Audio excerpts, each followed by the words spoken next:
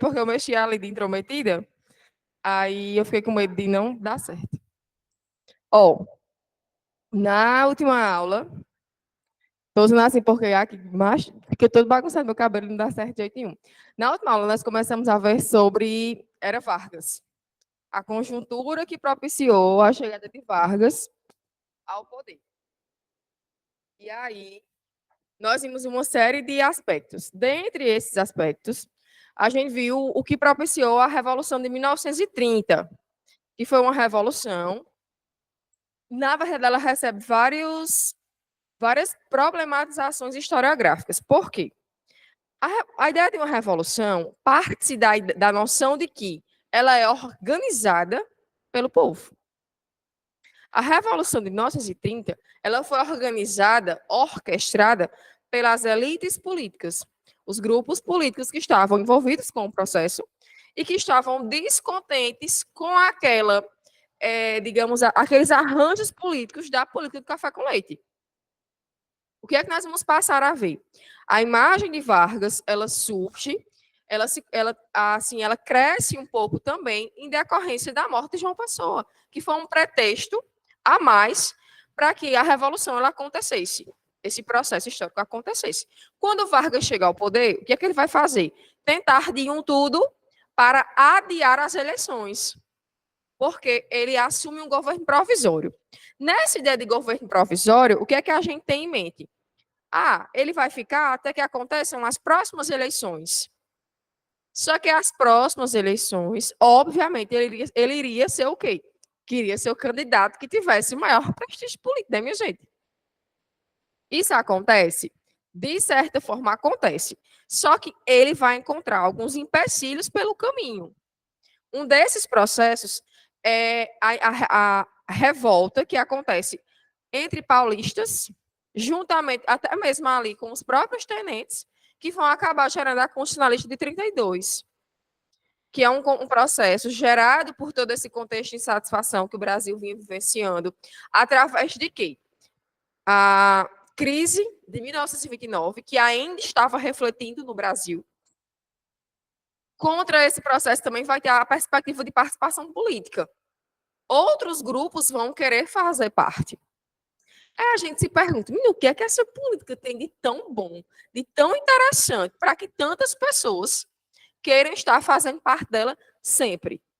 É uma incógnita, né, que fica aí no ar, e só Deus sabe responder essa pergunta.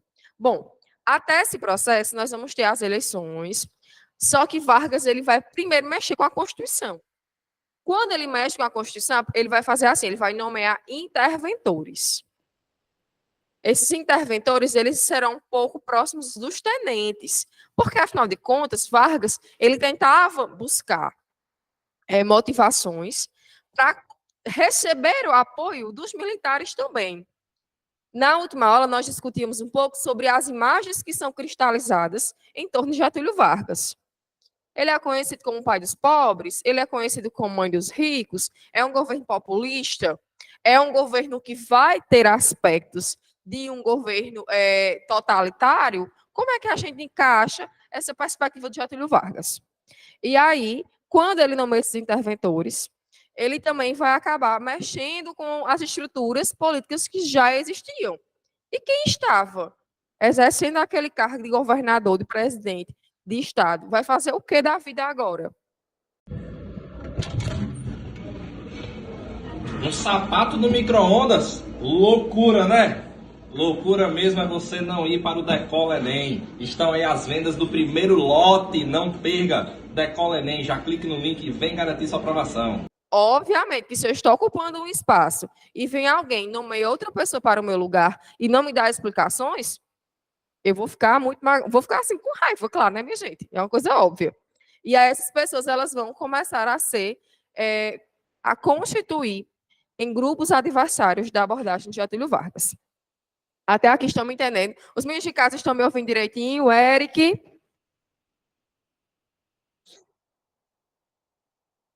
Oi. Minha mãe disse que em cala consente, né? Sim, Matheus, obrigada. Ah, é porque aqui ia ter um vídeo, mas, enfim. Ó, quando a gente vai estudar sobre Vargas, existem algumas fontes históricas que são muito presentes. Existem as músicas, tem toda aquela discussão em torno da estratégia que Vargas utilizou para ter o seu nome cada vez mais, e vou usar até um profanado, né, no rádio e até mesmo nas revistas, enfim. E isso, minha gente, eu queria que vocês entendessem, não só no governo de Vargas, mas em qualquer governo. Quando alguém tenta se utilizar de mecanismos como rádio, cinema, nesses recortes que nós estamos estudando, que ainda não existiam as mídias sociais, ou em qualquer período não tinha mídia social, por quê? Eles têm uma possibilidade maior de alcançar o seu público. São pessoas que na grande maioria das vezes, elas não sabiam ler, então elas escutavam, elas assistiam, elas viam, então ficava mais fácil de você conseguir controlar até mesmo essas pessoas. Thais, isso faz parte de que abordagem? É um sistema de propaganda muito forte. Dizem as más línguas que Vargas ele recebeu algumas inspirações dos governos dos regimes totalitários. Enfim, não é. Oi?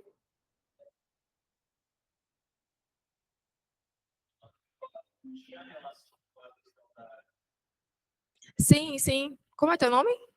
Demis. Tem sim. Demis perguntava aqui, pessoal, sobre a questão se esse processo que eu estou falando tem alguma relação com a crise 29. Sim, porque quando nós vamos estudar, Denis, sobre o aparecimento dos regimes totalitários, dos governos nazifascistas, nós precisamos entender que eles partem de uma conjuntura. Primeiro, um processo de insatisfação com o término da Primeira Guerra Mundial e com os tratados de paz, a ideia de paz punitiva, que é instaurada no contexto europeu.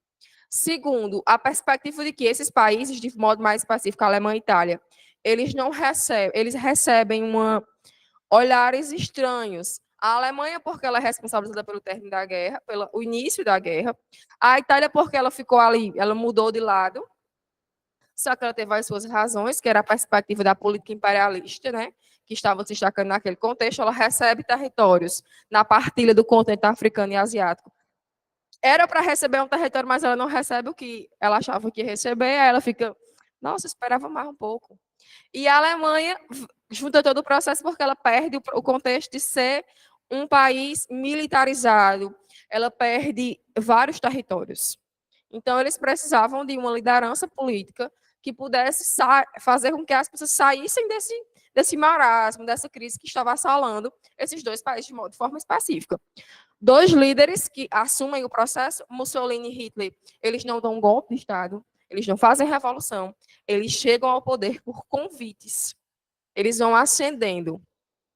Diferente de Vargas, né? Vargas, ele faz assim, ó, não importa como você vai chegar ao poder. Me lembra muito Maquiavel. Os fins justificam os meios, né? Não importa como você vai chegar ao poder. O que importa, minha filha, é você ficar lá, permanecer. E assim vai dar tudo certo. Eu também achei, mas tá. Me filha, abra aqui, por favor. Minha gente, essa semana, olha, eu vou dizer uma coisa a vocês. As aulas estão voltando, mas elas vão voltar e vão me encontrar, acho que no pior período das férias. Acho que eu vou gripar. Não tem aquela sensação que seu corpo está ficando esmorecido? É horrível. Sim, mas só voltando para cá. Esse processo, não tem como a gente dizer assim, nossa, ele não vai refletir no Brasil. Porque é o recorte da era Vargas, minha gente. O recorte da ascensão dos regimes totalitários na Europa.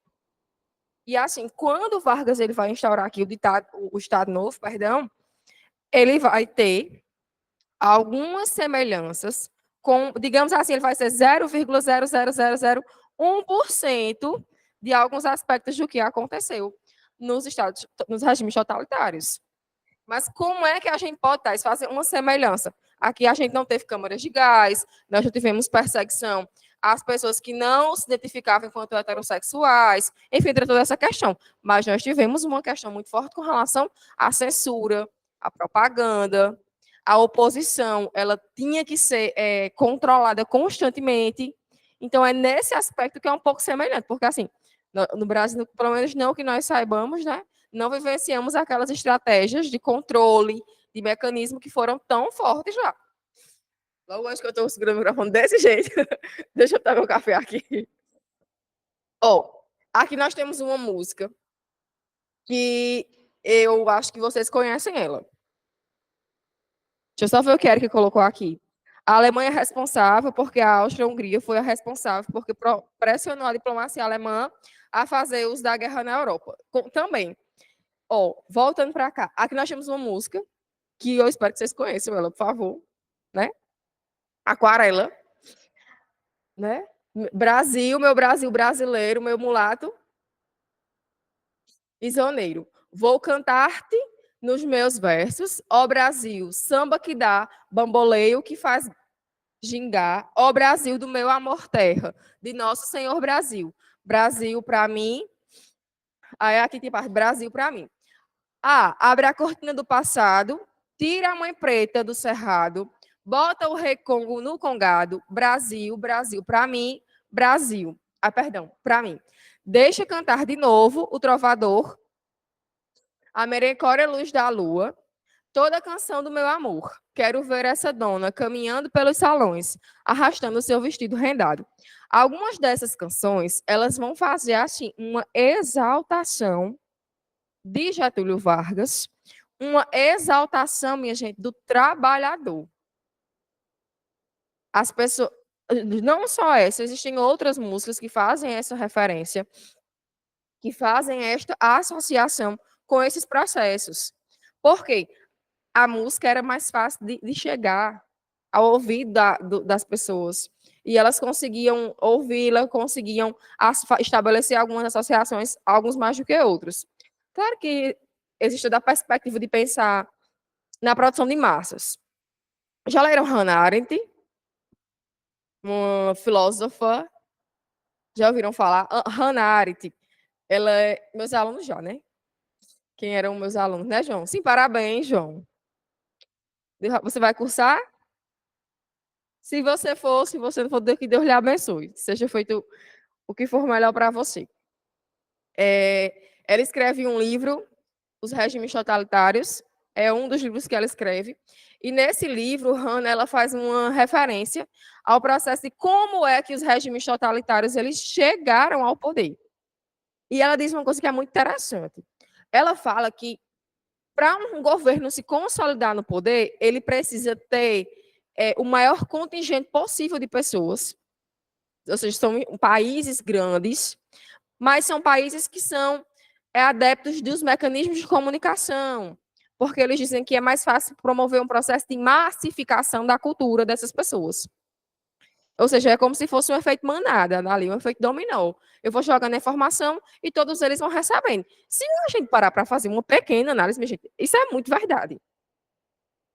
Um aspecto desse processo que nós vivenciamos foram as eleições de 2018.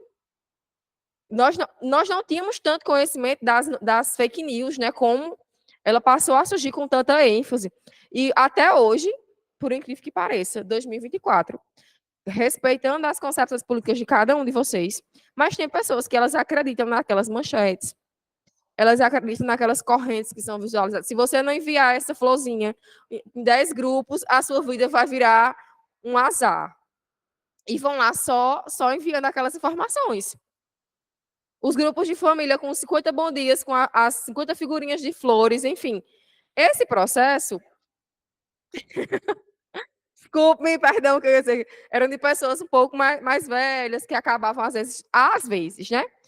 Não tendo acesso a tanta informação. E aí eu faço uma ressalva na minha fala, porque até mesmo pessoas que têm acesso à informação, que são intelectuais, que são graduadas e têm várias especializações, enfim, acabam também acreditando nesses argumentos. É uma coisa que a gente não consegue explicar, mas enfim. Estão entendendo até aqui, né? Essa música de Ari Barroso, composta em 1939, ou seja, já tínhamos a restauração do Estado Novo, cantada na voz de Ciro Monteiro, enaltecia a beleza e a grandiosidade do Brasil. Era a principal representação do samba exaltação, concebido durante o Estado Novo, perante o nacionalismo difundido pelo regime Estado novista. Gente, se assistiram à abertura das Olimpíadas, conseguiram assistir? Eu tenho inveja, não consegui assistir, estava vindo para Cajazeiras. Mas eu vi alguns comentários um pouco pesados, enfim, negativos, com relação à forma como eles utilizaram, que era a questão de passar pelo rio, que poderiam ter gastado mais dinheiro, enfim. E eu li um comentário sobre uma estimativa de que a França ela gastou alguns bilhões a menos do que o Brasil, quando foi aqui, de Tóquio, enfim, vários outros países, quando foram sede das Olimpíadas. E aí entravam as questões da forma como Israel, né? Vocês viram essa parte? A repercussão que aquele recebeu, os memes que fizeram com relação à entrada da seleção de Portugal, né? Vocês tenham cuidado, porque a última vez que eles vieram de barco, eles levaram todo o ouro. Acho que sim, né? Por favor, vai que eles levem realmente. Mas, enfim, entra uma questão que acaba, assim, ficando subentendido. Vocês pararam para ver que quando é Copa do Mundo, o Brasil para? Masculina. Deixa eu fazer uma ressalva aqui, masculina. O Brasil para. E quando é Olimpíada, que tem uma série, uma vastidão de modalidades, a gente para. Por que é que o nacionalismo brasileiro ele só é mais instigado na Copa do Mundo de futebol masculino? Oi? Não escutei, Renato. Renato fala sobre as propagandas que fizeram parte do consciente coletivo. E aí existe uma questão que acaba sendo um ponto-chave do governo de Vargas aqui. Estimular o nacionalismo, a ideia de pertencer. Só que o nacionalismo aqui, nessa perspectiva, é aquela ideia de patriotismo, não patriotismo associado a uma perspectiva de guerras, mas é assim, eu tenho que fazer pelo meu país. Não é aquela ideia de que o Estado, o indivíduo deve servir só ao Estado, mas assim, o Estado ele tem que funcionar. É muito aquela perspectiva de. Lembram de sociologia quando vocês estudaram sobre Auguste Comte? A ideia de ordem e progresso? A ordem, ela tende a levar ao progresso. Então, um Estado ordenado, organizado, tende a fazer com que as pessoas elas consigam agir, se comportar, pensando um pouco melhor nessa perspectiva de levar a um crescimento, um desenvolvimento, uma industrialização do país.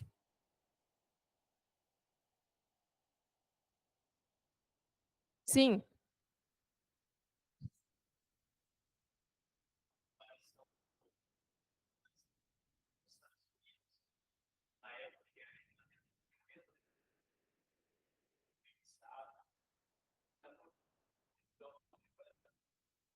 é.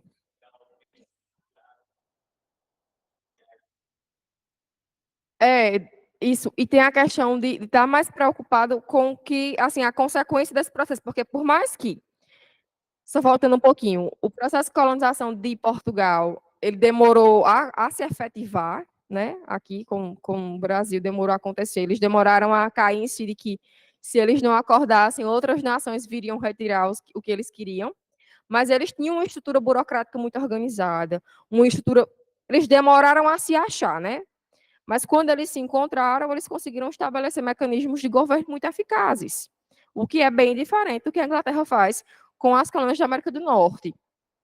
E aí, lá teve também um processo de insatisfação, enfim, um pouco mais agressivo, a recepção que foi feita com relação à instauração de uma sede de um governo inglês nas colônias da América do Norte. Mas aqui realmente foi muito mais estruturado e organizado quando eles perceberam, né? Porque inicialmente eles não estavam nem aí para nada.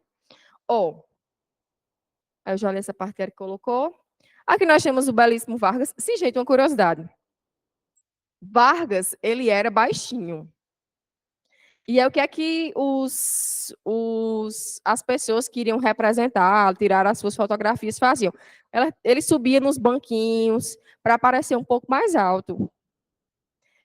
Aí eu não sei como é que tá as redes sociais de vocês, se vocês estão com elas ativas. Enfim. Aí alguns representantes de partidos, né, futuros candidatos, eles estão tirando as suas fotos para as suas campanhas eleitorais. Poxa, acho que aparecer na minha, para mim, uma pessoa em cima de um banco para ficar da altura do prefeito. Eu disse, não, não tiveram nem a decência de cortar o banquinho, né? Deixar a pessoa lá em cima. Mas, enfim, Vargas, ele era baixinho e ele tinha muitas superstições. Ele acreditava que o número 13 era um número muito, muito forte ali. Mas, enfim, né? Vai muito dessas questões de cada um. Sim.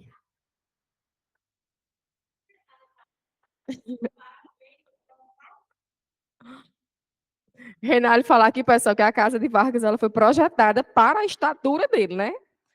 Imagina só, uma pessoa baixinha lá, quer parecer um ser grande, né? É, eu não posso falar muito dessa questão de altura, porque, enfim.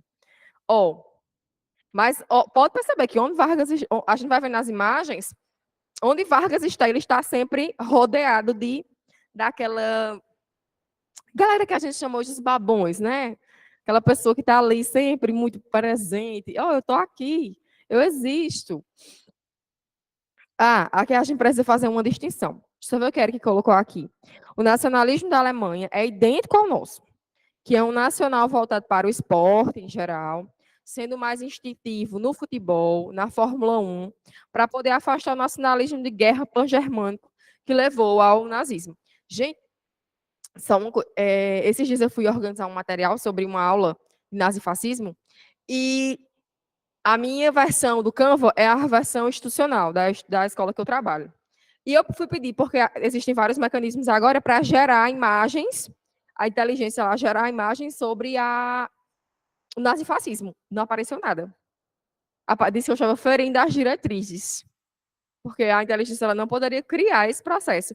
E aí eu fiquei pensando, tantos jovens eles têm acesso a tanta informação sobre essas perspectivas, né? Porque constantemente a gente vê aparecendo aí casos isolados, enfim, mas a gente vê aparecendo, de jovens que fazem uma suástica, enfim. Inclusive, aqui em Cajazeiras teve uma reportagem no JPB, tá lá no G1, minha gente, que de um tempo em que aqui teve uma casa que tinha o desenho de uma suástica.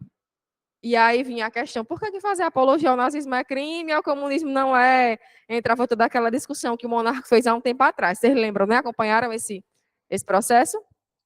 E como tantos outros. Enfim, é uma questão que vai bem. Quando a gente fala de nacionalismo, a gente fala de um tema que é bem assim, elucidativo, traz uma série de questões. E sempre entrando, e a gente está propaganda no processo. Eles vão focar muito na educação. Gente, tinha cartilhas de Vargas para as crianças. Ele buscava estar sempre presente nas escolas. Por quê? É no processo formativo que o indivíduo ele vai desenvolver a sua criticidade. Nesse caso, ele não queria a criticidade, ele deixava de lado essa parte, né? Ele queria desenvolver, assim, o enaltecimento da imagem dele, como se ele fosse uma pessoa que deve ser venerada, na verdade, né? Aqui nós temos a fase constitucional desse processo, do radicalismo político, e eu não sei vocês, mas sempre que uma coisa ela toca em extremismo, ela me deixa com a pulga atrás da orelha. Eu li continuando falando de Hannah Arendt, ela fala que nós temos que ter muito cuidado com a perspectiva da tolerância e da intolerância. Tolerar as ações dos outros. E aí tenho que ver até que ponto eu sou intolerante para com as ações dos outros. E ela fala sobre a perspectiva dos extremismos, tanto porque a gente vive, de certa forma, trazendo para fazer analogia com os nossos dias, né? Nós vivenciamos uma polarização política ainda, que isso é reflexo de outros processos políticos. E aí, quando a gente vai para um lado, viver uma situação e vai para um outro, de outra situação, minha mãe disse que a diferença do remédio para o veneno é somente a dose. Né? Se você parar para pensar, nada que é extremo para mim é saudável, porque não faz bem, de ambos os lados. Eu, enquanto professora, eu sempre sou a favor de que os meus alunos eles desenvolvam a sua criticidade. Cada um pensar da forma que quiser pensar. Espero que pense de uma forma coerente, ética, justa. Mas se for pensar por outra perspectiva, mas que promova o contexto de respeito em um ambiente de sociabilidade. Como é que você convive com pessoas que você acaba discordando constantemente? É um ambiente saudável para você? Enfim, são questões que às vezes a gente acaba deixando passar. Se você está em um grupo de amigos e nesse grupo de amigos eu tenho pessoas que são homofóbicas, xenofóbicas, preconceituosas, racistas, e eu não faço nada. Eu nem porque as brincadeirinhas às vezes elas são inevitáveis, infelizmente ou felizmente, mas se você não faz, você concorda. Se você parar para pensar. Ah, mas é só as mulheres, o corpo das mulheres, isso e aquilo. Se você rir da piada, você está indo no mesmo embalo, minha gente. Não tem para onde correr, não. Aqui nós temos a ANL, aliancistas, versus A e B, integralistas. Nesse período é quando nós vamos ter cada vez mais presente a ideia de que nós vamos ter comunistas no Brasil. Minha gente, se vocês pararem para fazer uma breve reflexão, Vargas, ele vai buscar uma estratégia, e esta estratégia de Vargas, ela vai estar associada aos comunistas. Para vocês terem noção. Eu vou usar um exemplo aqui. Denis é muito amigo de... É Denis, né? Denis é muito amigo de Renale, e Renale quer fazer ciúmes em Francinaldo. É uma situação hipotética, tá? Porque Francinaldo tem relacionamento. E aí, nessa situação hipotética, supostamente, Denis envia cartas para ela pede para ele enviar cartas. Mas Francinaldo não sabe que as cartas são falsas, né, entre aspas, porque Renale sabe o teor das cartas. Só para causar um impacto. Quando a Renale recebe as cartas em público, olha, gente, que lindo, maravilhoso receber essa carta aqui. Isso é o que Vargas vai fazer. Os seus adeptos, seus amigos políticos, eles vão escrever cartas dizendo que o Brasil vai sofrer um golpe comunista. E essas cartas, elas são difundidas na mídia, que na época eram jornais, o rádio. E as pessoas vão ficar com medo desse avanço, dessa proliferação do comunismo no Brasil. Então, isso vai ser motivo para que as eleições elas sejam adiadas. Na verdade, elas não vão acontecer. Vargas vai ficar mais tempo no poder. Porque nesse período, as eleições elas aconteciam a cada 4 anos. Então, em 37, estava beirando o processo eleitoral. Com essas cartas falsas, o Brasil gostava de carta falsa, né? Porque no governo de Arthur Bernardes, também teve as cartas falsas. Aí agora carta falsa de novo. E a ameaça dos comunistas. Então, é o plano Cohen. Nós precisamos implementar um Estado forte, centralizado, para evitarmos a expansão do comunismo no Brasil. Minha gente, pelo amor de Deus, tem coisa que um pouquinho de bom senso não ofende, não. É só... Mas por que as pessoas acabaram acreditando em Vargas? Porque ele estava com a máquina de poder. A propaganda estava ali nas suas mãos. Então, assim, era mais fácil, entre aspas, espalhar esses boatos, tá? Nós vamos ter a perspectiva aqui da ideologia, e nós temos a abordagem, claro, de Luiz Carlos Prestes, né, que estava associado à coluna Prestes, todo esse contexto. Nós vamos ter o Plínio Salgado, que vai ser um cara que vai acabar nessa perspectiva do comunismo, que acaba combatendo esse processo, tentando combater, na verdade, né? Nós vamos ter a perspectiva de que era preciso promover um nacionalismo. Esse nacionalismo ele deveria ser voltado para que as pessoas elas apoiassem o líder político. Só que nessa conjectura aqui, é meio que vai ser uma bola de neve, sabe? Uma situação ela vai levando a outra. Quando nós falamos de perspectivas que promovam um processo de expansão do comunismo no Brasil, as pessoas vão fazer uma associação ali ao Plínio Salgado, que também aparece um pouco quando a gente estuda sobre movimentos, manifestações artísticas literárias. Aquela abordagem que vem na Semana de Arte Moderna, lembram que a gente viu também, comentou sobre isso na aula passada? Que também faz uma perspectiva de uma elucidação, a exaltação do nacional, a volta à exaltação do nacionalismo, porque era os modernistas de forma específica, eles queriam propor esse processo, essa valorização, centrados em valores um pouco europeus, que era trazer essa ideia de modernidade para o Brasil. Aqui nós vamos ter aquelas discussões também que envolviam, minha gente, a questão da reforma até hoje. Se você assim, você é a favor ou contra a reforma agrária? Se você pensa, não, eu sou a favor. Ah, então você é comunista.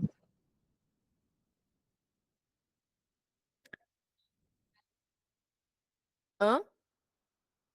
Sempre foi um problema, a questão da reforma agrária. Sempre foi um problema.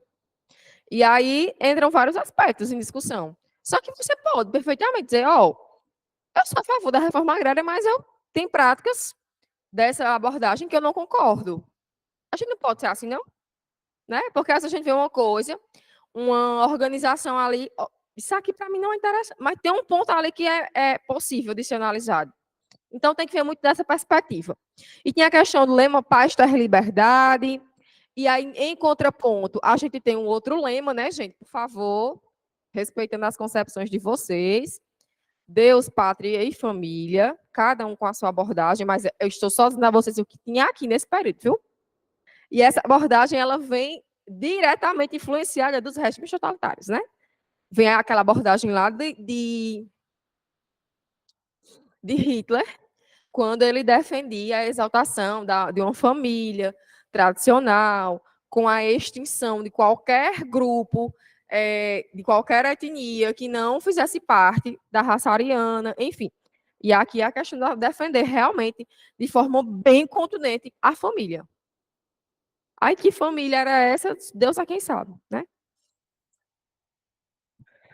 Entenderam essa parte? Nós vamos ter essa aqui já nesse período de implementação do Estado Novo, essas discussões sobre integralismo, e os grupos que eram contrários ao integralismo, né? Que no caso era a Aliança Nacional Libertadora. Vamos acabar, vamos extinguir qualquer pessoa que pensa nessa perspectiva. E aí, de forma ideológica, né? Inicialmente, eles não foram para a censura ali na prática. Essa consequência mais efetiva ela vai chegar daqui a algumas aulas com a ditadura militar, que é o conteúdo preferido de João Vitor, né? Ó, ele chega, ele passa as aulas assim, olhando. Mas quando fala em ditadura, aí ele se anima só um pouquinho. Minha gente, como eu me atrasei, aí eu não vou dar intervalo a vocês assim, tá? Só no finalzinho, deixa eu sair um pouquinho mais. Porque acho que hoje tem outra aula. Pronto. Uns 5 minutinhos ali eu deixo vocês saírem, tá? Não vou dar aquele intervalo que a gente dava. João, porque senão, não. Gente, sabe por que Vargas ele foi muito uma pessoa que me deu raiva quando eu estava lendo. Ele entregou a Olga Benário, que ela era uma judia, né? Entrega ela para os nazistas. É. Ele entregou a Olga Benário, entregou assim, mão beijada, para os nazistas. Ela fazia parte de uma organização com Luiz Carlos Prestes, que ela era meio. Hã? Tá? É, entregou ela por causa desse processo aí. A gente tem em 35 a intentona comunista, a prisão de Luiz Carlos Prestes e Olga, a Lei de Segurança Nacional contra o perigo vermelho. Minha gente, quem era o perigo vermelho? Os comunistas. Os comunistas. Oi? É, tipo, gente, e assim, existe uma associação. Sabe que eu já fui chamada de professora comunista? Só por ser professora de história, eu já fui chamada de professora comunista. Sendo que acho que uma das minhas principais questões é levar a perspectiva de respeitar o que o aluno tem a dizer, a concepção dele, né? É um estigma muito forte, infelizmente, né? E espero que um dia ele consiga ser diminuído. Mas aqui nós temos essas figuras representativas desse processo da ditadura comunista, o Prestes e a Olga. E, assim, quando eles são presos, a Olga ela vai e ela é entregue, né? Isso gera um sentimento muito forte nas pessoas que eram adeptas às causas deles. Não mártires, eu não dizia, eu não falo, não, assim, não falaria assim deles, mas eles começaram a se identificar mais um pouco com a causa. Pudesse não concordar com tudo, mas assim, com alguns aspectos que eram mais presentes ali nesse processo. E assim, quando alguém. Porque o povo tem uma. Eu não ia falar sobre isso, mas eu tenho que falar. Vocês estão acompanhando as movimentações das eleições dos Estados Unidos? Gente, é um tiro. A primeira ideia de tiro, né? No Donald Trump, lá no negócio. Aí depois o cara. E aí vem toda aquela comoção. Me lembrou muito um aspecto que aconteceu em algum país por aí, né? Aí, sem comparações muito presentes. Passa um período, aí vem toda aquela Constituição, o Biden desiste, vem a vice dele, que vai ali na perspectiva apoiada com a ex-primeira dama, a esposa do Barack Obama, entre todas aquelas questões. E aí é algo que vocês, se vocês acompanharam, foram perguntar para o nosso atual presidente o que é que isso mudava no Brasil. Qual era a importância disso? Aí eles, o Brasil ele vai estabelecer uma relação diplomática com quem ganhar. A gente vai tentar fazer a nossa parte. A gente sabe que tem questões que são um pouco mais pesadas. Tem pessoas que elas não leem direito as coisas e elas só. Oi, João.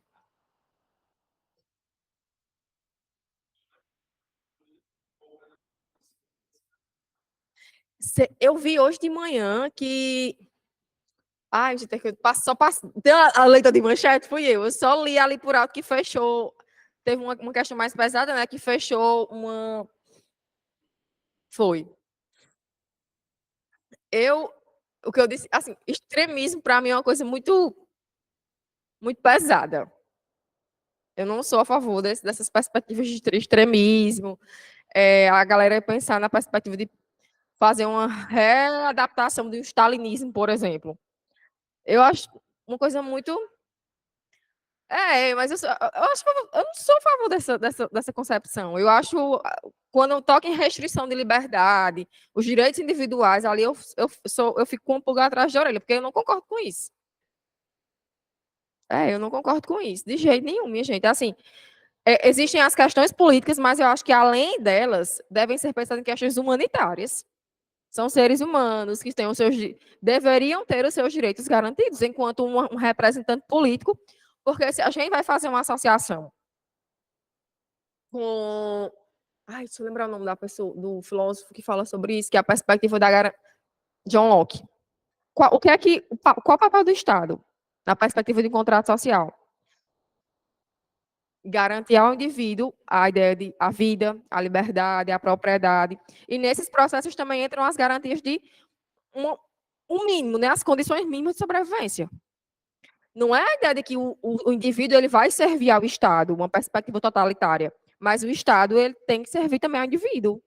E aí, nessa abordagem que está, João, o indivíduo está sendo só para servir o Estado, né? Porque eles não estão tendo os seus direitos resguardados de nenhuma forma.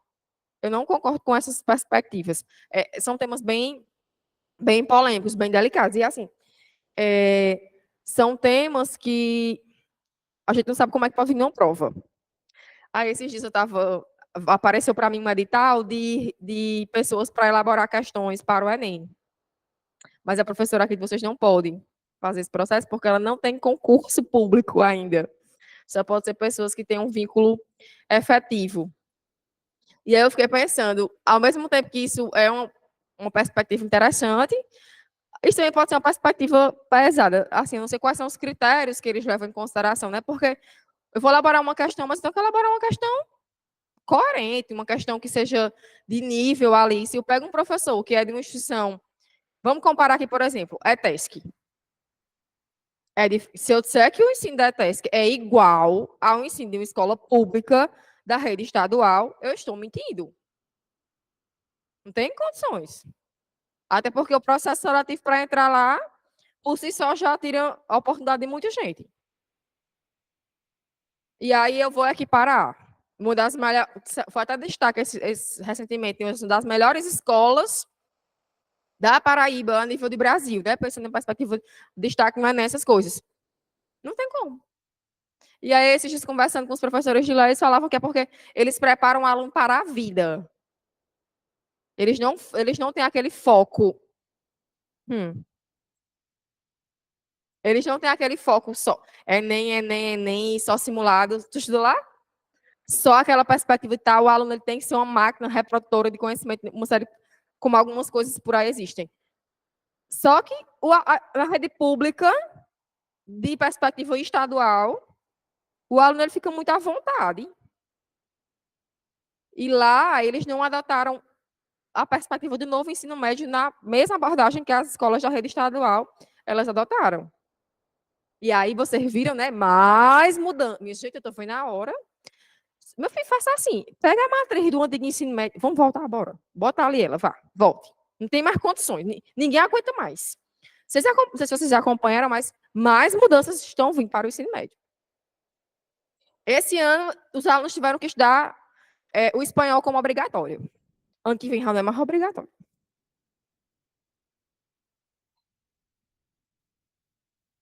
Aí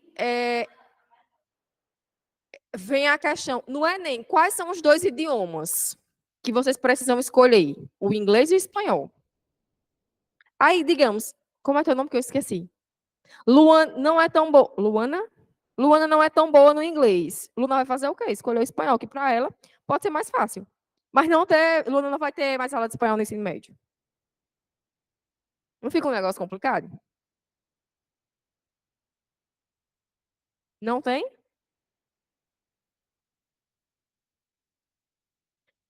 Obriga você. Ou você vai aprender inglês ou você vai aprender inglês. Não tem muito escapatória. É uma coisa assim, você fica sem opção, né? E aí, minha gente, isso, Adriana, então, entra em uma série de questões. Eu espero que vá assim.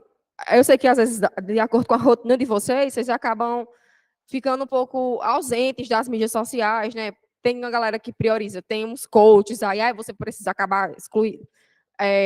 Tira seu Instagram, não tem essa rede social.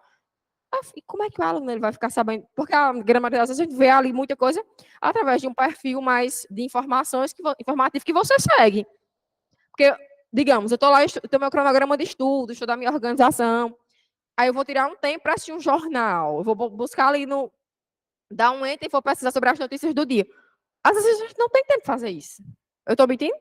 Você vai ver ali o que aparece de informação.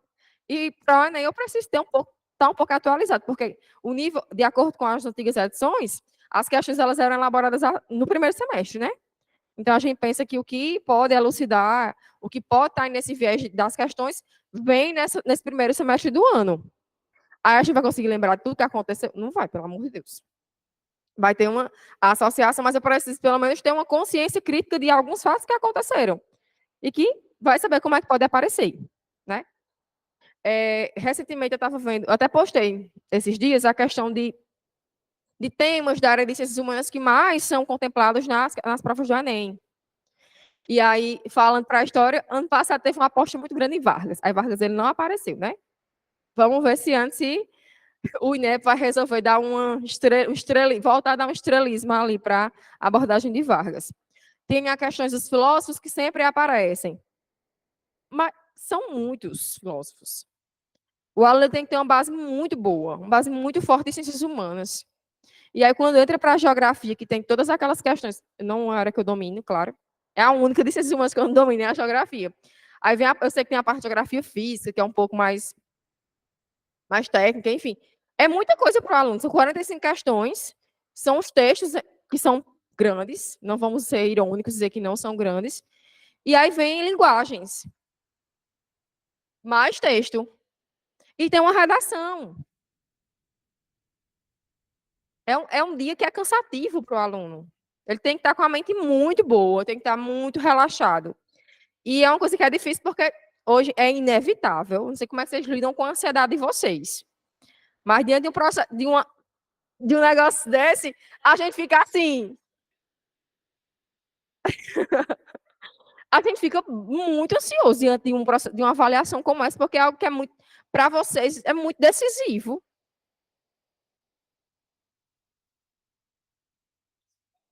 É. Aí a gente tem que lidar primeiro conosco, né? Com as nossas próprias expectativas, que são altas. A gente se cobra muito. Aí vem o externo.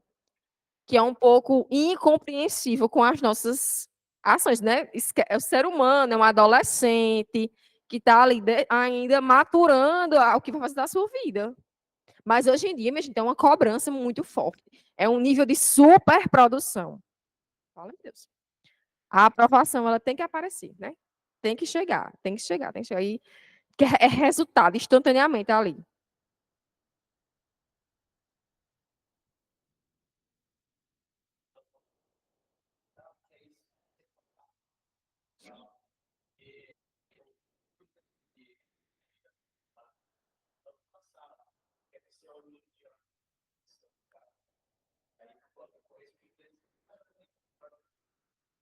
Denis, e aí eu vi um negócio esses dias sobre isso, porque eu estudo para concurso, e na perspectiva de professor, né?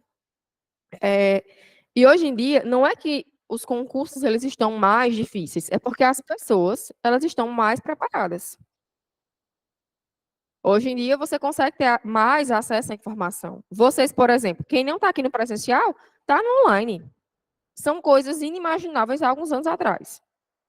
A galera tinha que realmente, como você está aí, pegar um livro e tinha que, entre aspas, comer os livros. Mas hoje é acessar muita informação. E aí precisa selecionar o que é que eu vou, entre aspas, eu vou usar o termo absorver, porque absorver essas informações. E aí eu tenho que pensar como é que eu vou estruturar isso. A gente vê muito nas redes sociais as pessoas que, só estuda 7 horas líquidas por dia. O povo que treina, que faz todo um processo. Aí eu fui, meu Deus do céu, será que eu estou vivendo errado? Porque eu não consigo fazer isso tudo. O dia dessa pessoa deve ter 30, 50 horas. Exatamente, porque é uma realidade que não é compatível. É só você estudar. Não é só estudar.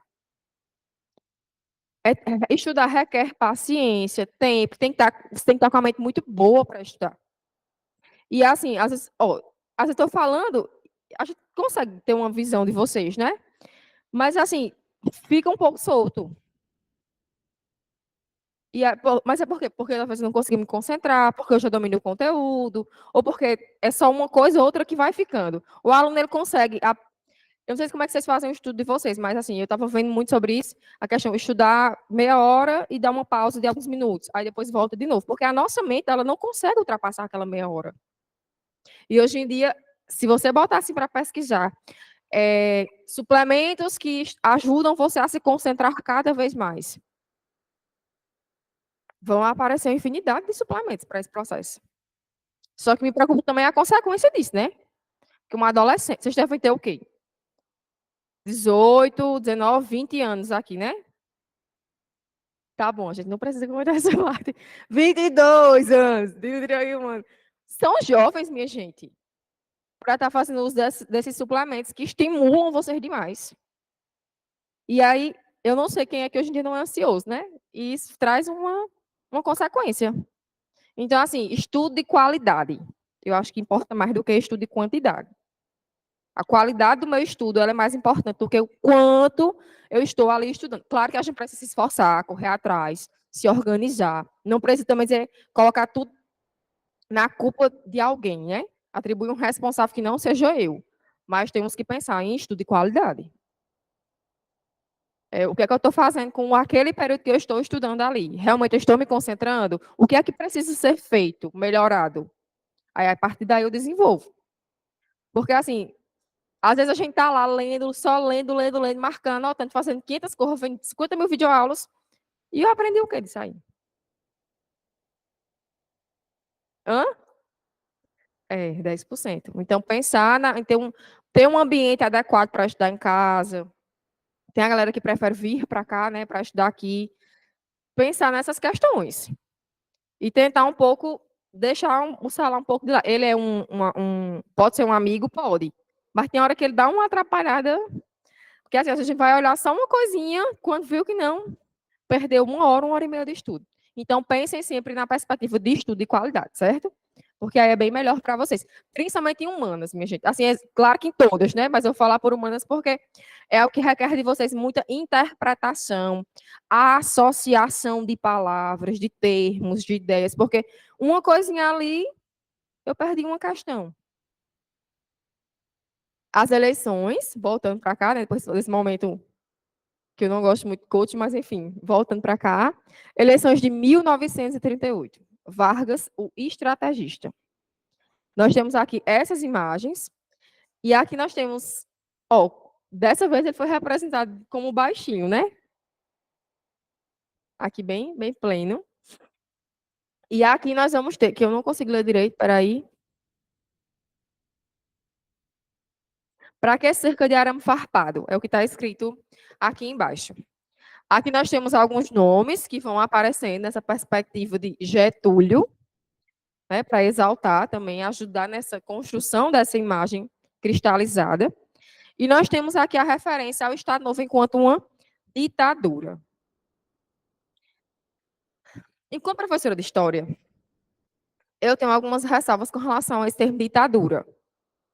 Porque se a gente colocar mais uns anos aí na frente, a gente vai ver um outro contexto de um processo de ditadura. Mas os materiais didáticos, eles abordam este termo. Então, a gente utiliza o termo, tá? Mas problematizar. Para mim, é importante que vocês compreendam os termos, os conceitos. Eu sempre esqueço o nome dela. Sim. Kathleen. Porque quando Kathleen, por exemplo, ela compreende o conceito de democracia, ela compreende o conceito de colonização. Quando ela vê qualquer texto sobre isso, ela tem uma referência. Mas quando ela decora para aquela prova, para aquele momento, não vai. Tem que ser construção. Conhecimento é construção. Tem que ter leitura, compreensão. Nessa parte eu concordo com a BNCC. Os alunos eles precisam construir os conceitos. Porque a partir daí eles conseguem desenvolver. Porque, eu vou fazer uma redação, eu levo um repertório pronto. Mas aí, e a sua construção, onde é que fica? Porque daqui a algumas semanas, 2 semanas, eu peço para você fazer a redação de novo, aí tá a Luana, ela não lembra do repertório que ela usou porque ela levou uma coisa pronta. Existem algumas críticas com relação a isso, mas eu foco sempre na importância de construir conhecimento. Quando vocês já vão, a ideia de liberdade, por exemplo, a gente vai trabalhar as ideias de participação política, desde o mundo antigo até atualmente. Eu vou pensar em quem é que votava, quem é que tinha direito a voto, quem era considerado uma pessoa apta a votar. Grécia, não tem como não associar, as ideias de democracia. Aí eu trago para o Brasil. Durante o período que a gente estudou até agora, poucas pessoas tinham acesso a esse mundo político. Aí eu vou pegar a ditadura militar, eu venho para o processo de redemocratização. Se eu tenho essa compreensão de quem tinha participação ou não, eu consigo ir associando os termos. Mas eu preciso, porque se eu só vou decorar aqui, lá em Grécia, só era considerado cidadão, quem não era estrangeiro, quem não era escravo, homem maior de 21 anos. Se eu só decorava, se eu me esquecer, já era. Então, tem que pensar nessa perspectiva. Em 1938, teríamos eleições para presidente. Eleições, porque aqui nós tínhamos eleições a cada 4 anos. E era naquela velha perspectiva, a pessoa não podia passar a eternidade lá no cargo, né? Como a gente viu na aula passada. Tinha que ter uma pausa para poder você dar a chance para que outras pessoas pudessem aparecer. Vargas não se mostrava empolgado com as eleições, porque ele sabia que ele não ia poder ser candidato. Já estava 8 anos no poder, já estava bom de, né, gente? Decidir o que fazer da vida dele. E aí, ele pretendia continuar no poder, como a gente já viu. Só que ele vai precisar de uma estratégia para isso, que vai ser o plano Cohen, que é a atribuição de cartas aos comunistas de que eles iriam dar um golpe de Estado. E se tem uma coisa que o povo brasileiro tem medo, aliás, a elite política brasileira, em grande parte, de que os comunistas tomem o poder e que façam com o Brasil semelhante à Revolução de 1917 na Rússia, né? Aquele processo ali, eles usavam, porque até então não tinha acontecido todo o processo de stalinismo, eles não tinham meio que um comparativo muito grande, então eles vinham para a Revolução de 1917. Então eles tinham muito medo que acontecesse a mesma coisa no Brasil. Essa elite, né, com medo de perder o seu espaço. E aí ameaçado o perigo vermelho, desde a Intentona Comunista, e aí na Intentona Comunista que tem a figura de Carlos Prestes, de Olga, e aí tem aquele contexto de prisão e tal. Salvar o país, fechar o Congresso e aumentar os poderes. Nesse momento, Vargas ele pega emprestada a capa do super-homem, né? Lá. Aí ele vem pleno e maravilhoso. Olha, minha gente, eu vou salvar o Brasil dos comunistas. Tá bom? Então, por favor, vocês só concordem comigo. Aí o povo, nossa, como ele é bacana, né? Tão preocupado com a nação brasileira, o bichinho, minha gente. E aí, a primeira coisa que ele vai fazer é mexer com a Constituição. Sem reparar. Nossa Senhora. Deixa eu botar. Desculpa, tá, Maria Laura? Perdão. Sempre que entra um governo novo ou que um governo quer mexer com esse processo, alterar, ele vai para a Constituição, porque é ela que rege, né, a jurisdição. E aqui a Constituição vai ser pensada enquanto polaca, porque ela faz uma associação à Constituição que estava acontecendo, que era a Polônia, tá? Hipertrofia do Estado, do Executivo. Aqui, Vargas ele vai dizer assim: olha, eu vou ficar no poder até as próximas eleições. De novo, essa história de próximas eleições. Ele vai passar quantos anos de poder? E aí, pensando nisso,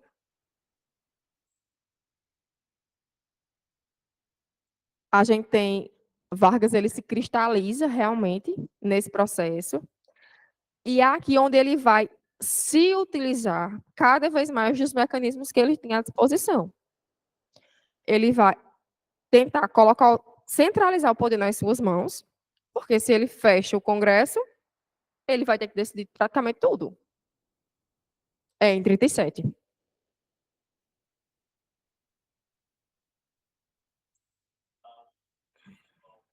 Isso, é. Quando a gente terminar essa parte dos materiais, aí a gente vai, eu estou pensando em estratégias de, assim, tipo, temas como esse, direito das mulheres, ao longo da história, como é que a gente vê esse processo e pensar também um pouco de Brasil, trazer algumas referências para vocês.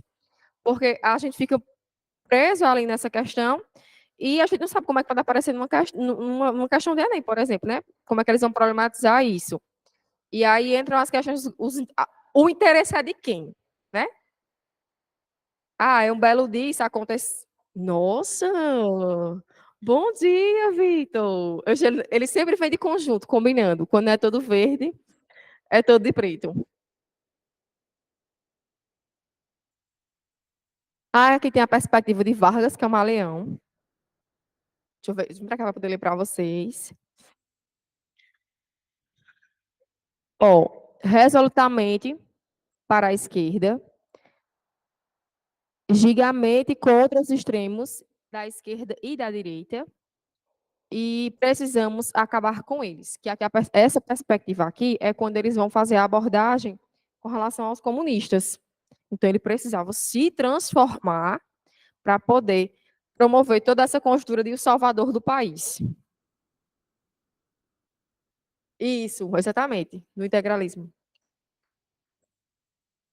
Acho que eu coloquei nesse slide essa abordagem. Aqui, a referência que aparece também, as sátiras que eram feitas a Vargas, né? Ele é para chegar ao poder bonzinho, feliz, lindo, maravilhoso. Lindo é uma coisa muito forte, né? Mais simpático, mais sorridente. Aí 31. 32 com a constitucionalista já fica mais fechado, né? A cara mais fechada. 33, ele volta um pouco a sorrir. 34, sorridente, né? Implementação das novas abordagens na Constituição, inserção das mulheres no processo político, a questão também da CLT, que depois a gente pode ter uma aula sobre a perspectiva de precarização do trabalho, porque a gente faz essa retomada de como é que o trabalhador ele foi sendo visto ao longo das constituições, que é uma coisa bem interessante também para pensar outros aspectos para vocês. 35, sorrindo. Aí aqui, as eleições se aproximando, o homem já ficou logo triste, né? E aí, o cara que fez as sátiras, ele é proibido de divulgar essas imagens. Por quê? Qual era a imagem que deveria ser cristalizada de Vargas? Era tipo uma imagem como essa, feliz, pleno, preocupado com os interesses do seu povo. Não é interessante para nenhum político ter a construção de imagem negativa pela mídia. Nenhum. Mas aqui ficou pequeno, que benza Deus, viu? Bom, a gente tem fechamento dos legislativos, porque a ideia era centralizar o poder em suas mãos. A gente tem os interventores nos estados, e só ressaltando quem eram esses interventores. Pessoas que, obviamente, apoiavam Vargas, né? Ele não ia tirar, mas mesmo que aquela pessoa fosse alguém que fosse adepto ou que apoiasse Vargas, não. Mas ele queria colocar pessoas novas que tivessem envolvidas com aquele recorte do processo político dele. Queima das bandeiras estaduais, a bandeira brasileira ela deveria vir exaltação.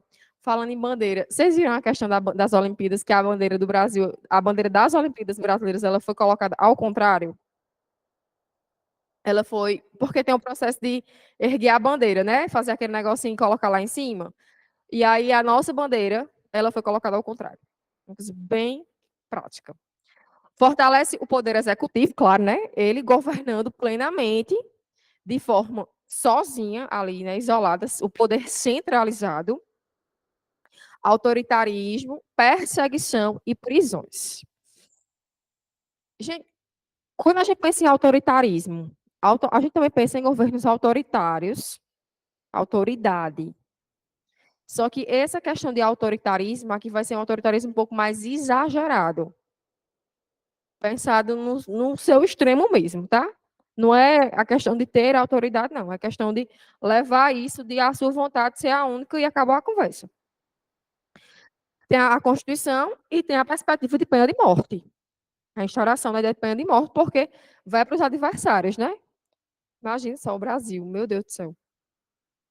E a gente tem o DOPS, que era a polícia, e tem a perspectiva da tortura que era realizada pelo Filinto Miller, perdão.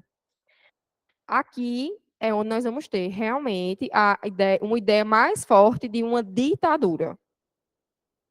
Quando nós temos essa parte mais extrema, mais efetiva da coisa.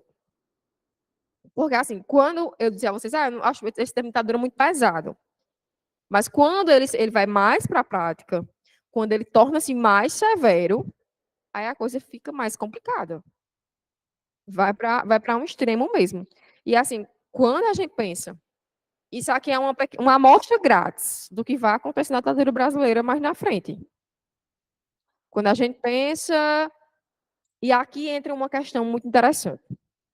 Já ouviram falar naquele conceito de banalidade do mal? Da Hannah Arendt? Estou falando muito dela, mas é porque ela tem muito a ver com esse processo aqui.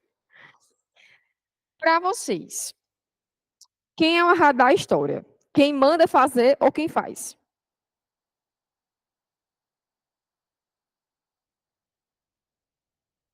Quem manda?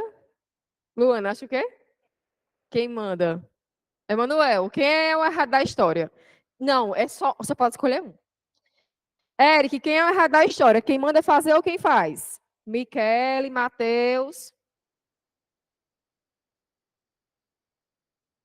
Quem faz? Quem manda? Porque às vezes quem faz não tem outra escolha. Que tipo assim, ou vai ser, ou eu faço ou eu morro. É praticamente aquela mesma perspectiva de que quem ama trai. Trai?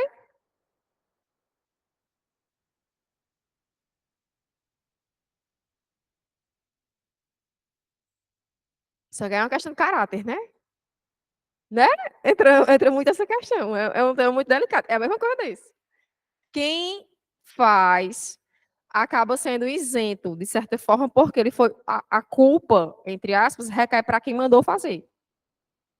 Aí é o conceito de banalidade do mal. Eu não sou má porque eu estou fazendo essa ação, mas é porque alguém mandou para que eu fizesse. E a culpa vai para quem me mandou fazer, segundo ela. Que era para ela, quando ela escreve o livro Julgamento de Eichmann, que era para ela, entre aspas, justificar as ações das pessoas que trancavam os judeus, os homossexuais, as pessoas que tinham transtornos dissociativos, enfim, várias questões que na época chamavam-se doentes mentais, né? Um termo, hoje a gente utiliza outra forma. E era a pessoa que trancava a porta. Pronto, quem trancava a porta para que ela dizia, ó, ele não teve escolha, ele só tinha que trancar a porta, porque ou era ele, tipo, ou era eu ou era Kathleen. Eu tinha que escolher. Então, entre eu e a vida dela, eu vou escolher qual? A minha.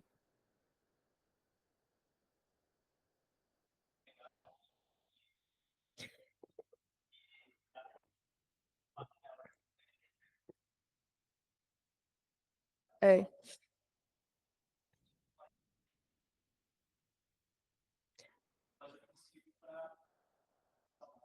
Tem muitas produções cinematográficas sobre essas questões agora. Assim, ganharam mais ênfase agora, né? E tinha toda a questão. Bicho, é porque nesse período aqui já tinha acontecido as Olimpíadas na Alemanha. Era, acho que era, não era a Copa do Mundo na Alemanha, uma coisa assim. E Hitler ele tinha uma cineasta que era para divulgar o perfil alemão. E muitos governantes vão acabar fazendo isso também, mostrar sempre a imagem positiva. E para isso eles convocam pessoas, artistas, para trabalhar para eles. O que, que a gente vê hoje? Ah, fazem críticas a fulano porque na eleição de 2018, na polarização ficou do lado A ou do lado B. Mas fulano pode ter recebido para fazer isso, né? É de graça. O Estado Novo, aqui a gente tem, é porque ficou bem pequeno, minha gente. Getúlio ia visitar a escola de comando do Estado-Maior do Exército, em 33, ali. Ano de consolidação, 38, perdão. Ano de consolidação do Estado Novo. Getúlio Vargas e JK. Esse pobre JK é uma hora de chegar nele, que é para a gente falar um pouquinho sobre as ações bem legais que ele executou. Queima das bandeiras, porque era preciso combater os regionalismos. Não tem aquela questão, meu país Pernambuco, que a gente falava. Lembra, Kathleen, quando a gente discutia sobre isso? Meu país Pernambuco, que tem uma galera que até hoje tem esse sentimento muito forte lá em Pernambuco, de que Pernambuco deveria ser não um estado, mas um país, pela sua importância histórica, enfim, essas questões. O desejo de autonomia e fortalecer o poder central. Vargas ele quer pegar tudo e controlar. Era o mecanismo dele era esse, e para isso ele precisava dessas estratégias.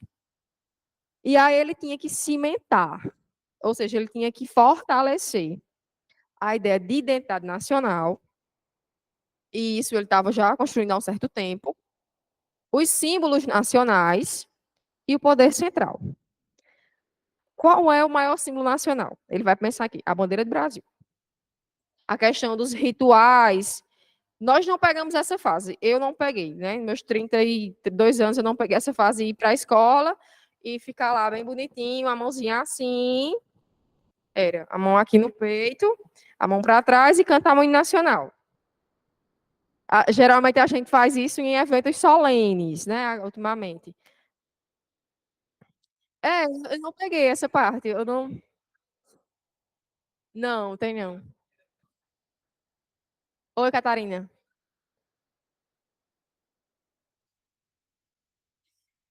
E recebi uma notificação, mas não cantava.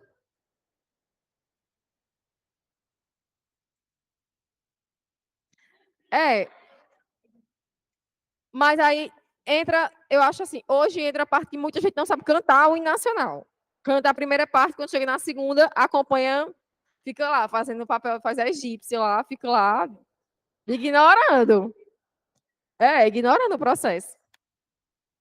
E aí, nesse, assim, e uma coisa que até hoje alguns políticos fazem é isso, essa ideia de fortalecimento dos símbolos nacionais. É uma estratégia que vem sendo utilizada até os dias de hoje. E aí, né, pegaram emprestado as cores da nossa bandeira, utilizaram de diversas formas. São questões que podem ser problematizadas de diversas maneiras. Aqui a gente tem, ó, olha ali aquela imagem, essa daqui, minha gente, que é a história dos documentos, imagem e texto, da Joelza Rodrigues. É a construção de como o indivíduo ele deveria ser patriota. Aí a gente vai lembrar de Augusto Conte mais uma vez. Porque o lema da nossa bandeira ele vem do positivismo, ordem e progresso. A ordem, ela leva ao progresso. Então você precisa estar ali digamos assim, que um estado de coerência para com aquilo que o Estado, enquanto instituição, estava lhe mandando fazer. A nova moeda, que é o cruzeiro, aí, não por coincidência, quem aparece? O nosso querido Getúlio Vargas. Dessa vez, quase que em tamanho real, né? Dele ali, lindo, maravilhoso, para dizer outra coisa. E a gente tem a economia. Ó, faltam 5 para as 10, né? Eu disse que ia liberar vocês faltando 5 minutos. Na próxima aula, a gente começa a partir daqui, tá? A economia da Era Vargas, dessa parte do Estado Novo, que é a parte que a gente está estudando agora. Aí a gente vê, na próxima aula, termina esse contexto de Estado Novo, vê o finalzinho ali de Vargas e começa os próximos governos para poder chegar logo na ditadura militar, que é para João Vitor ficar feliz. Né? É, não. Mas a gente pode fazer uma discussão, se vocês quiserem, depois. Eu tenho um. Ai, será que eu posso fazer isso? Será que eu posso? Eu vou perguntar a Thalita. Porque eu tenho um material fantástico. Se eu não puder, eu mando para vocês. Eu mando para a Ana Júlia e a Ana Júlia manda. Que eu trabalhei aquela música, a canção, a história de Gisberta. Vocês acompanham no TikTok? Ai, gente, deixa eu pegar meu celular. Calma. Se você for no TikTok, você vai ver que está aparecendo muita. Espera, só um instante. Muita referência a uma música. E essa música está sendo usada como, tipo assim, dedicatória para um TCC. Só que as pessoas não sabem a história final. Eu não vou contar agora.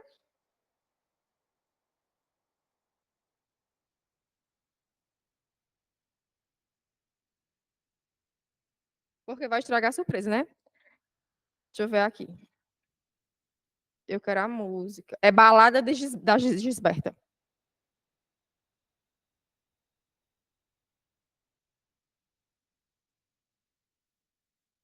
Não, eu sei que às vezes a gente só vai passando ali.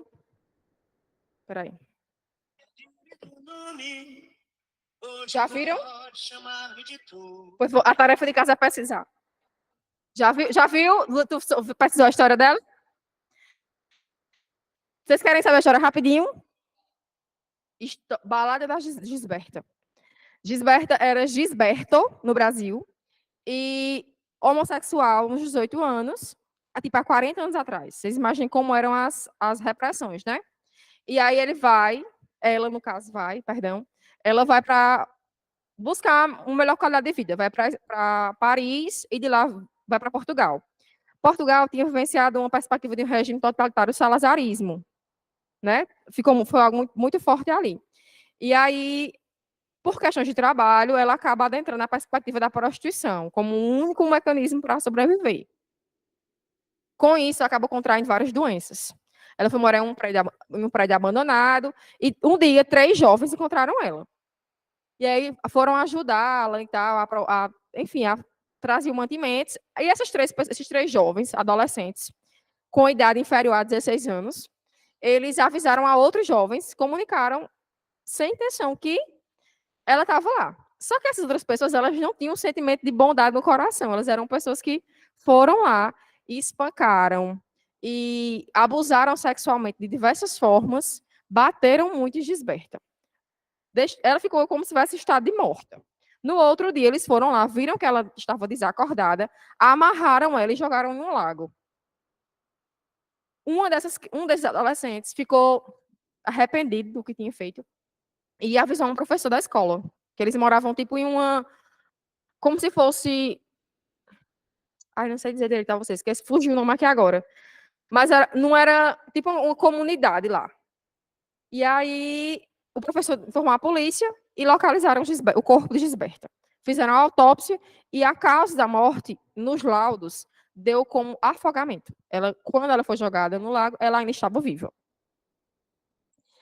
Isso foi pouco repercutido na imprensa portuguesa, porque a referência que era feita a Gisberta era que era um homem, era uma mulher sem mamas. Não, de forma alguma era a abordagem no sentido do homossexualismo, numa perspectiva de respeito. Isso foi pouco repercutido. Um desses jovens, apenas um, que tinha mais de 16 anos, recebeu uma pena de, acho que 1 ano e alguma coisa por omissão de socorro. E só ficou 8 meses prestando serviços à comunidade.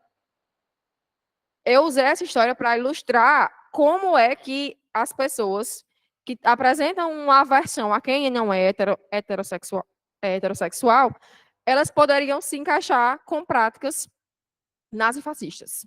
Minha abordagem começou sobre essa questão. E aí fui desenvolvendo sobre a ideia de Antifa. Já ouviram falar nisso? Que é o movimento antifascista? Pronto. E, gente, isso é muito presente nos dias de hoje. Mas, enfim, são 10h01, vocês precisam ir para o intervalo, porque tem aula de geografia. Eu vou ver se eu consigo fazer, se eu conseguir essa autorização para fazer essa discussão com vocês. Aí eu dou notícias à Ana Júlia e ela informa, tá bom? Um cheiro para vocês de casa também. Estavam um pouco calados hoje, o que foi que aconteceu. Na próxima aula nós continuaremos, tá?